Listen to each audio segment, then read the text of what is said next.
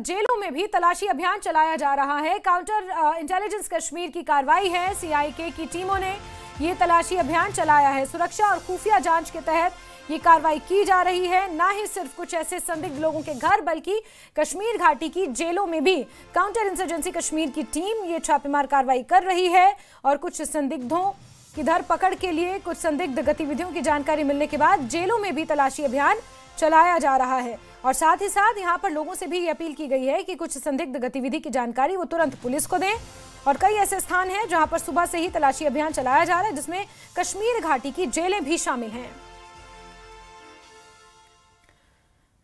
साथ ही साथ खुफिया सूत्रों ने यह दावा किया है कि कई संदिग्धों के मोबाइल फोनों में पाकिस्तान स्थित हैंडलर्स के साथ बातचीत और उनके रिकॉर्ड मिले हैं।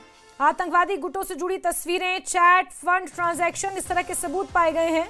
और क्रॉस बॉर्डर टेररिज्म को रोकने के लिए, उसकी कमर, उसके नेटवर्क को तोड़ने के लिए बड़े पैमाने पर यह ऑपरेशन चलाया जा रहा है।